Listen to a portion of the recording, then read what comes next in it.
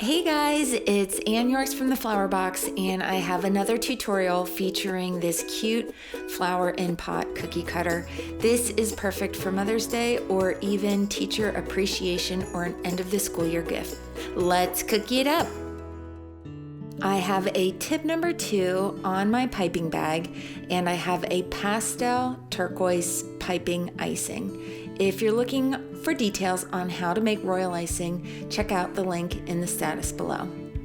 Once I have the flower pot outlined, I'm ready to start the flower.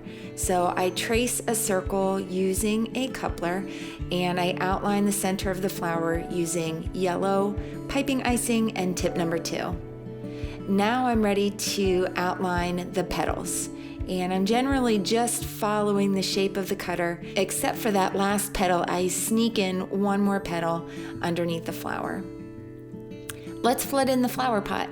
I have 10-second flood icing in my bag, and I generously flood in that flower pot section, and now I'm adding some wet on wet polka dots using my flood icing. I like to use flood icing for wet on wet techniques because it melts and creates a flat surface. Now, before I put this cookie in front of the fan to dry, I'm just going to flood in alternating petals on this flower. This will just give a nice dimensional look to those flower petals once they are all dry.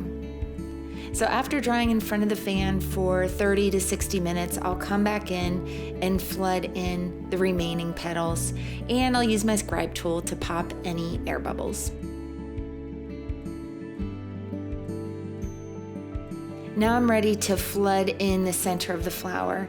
I add a little bit of yellow piping icing before I use my flood icing. That just gives a little structure to this small icing area and prevents the center of that flower from caving in or cracking.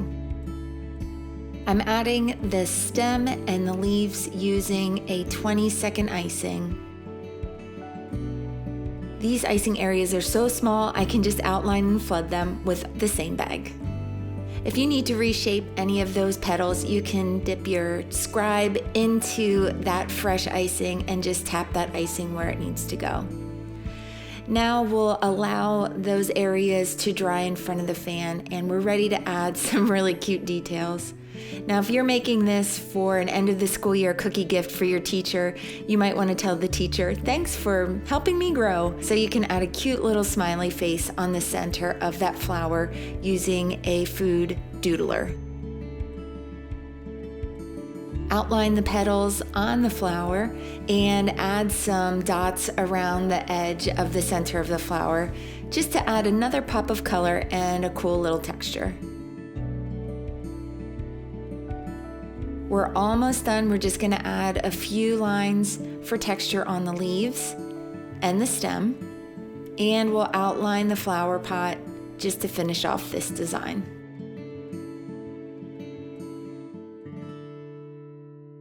That's really cute. That's it for today. Just another look at this cute flower pot cookie cutter, and I hope you enjoyed it. If you make these cookies, I would be so flattered. So be sure to tag me, hashtag the Flourbox Shop or at the Flourbox Shop on social media. Happy decorating!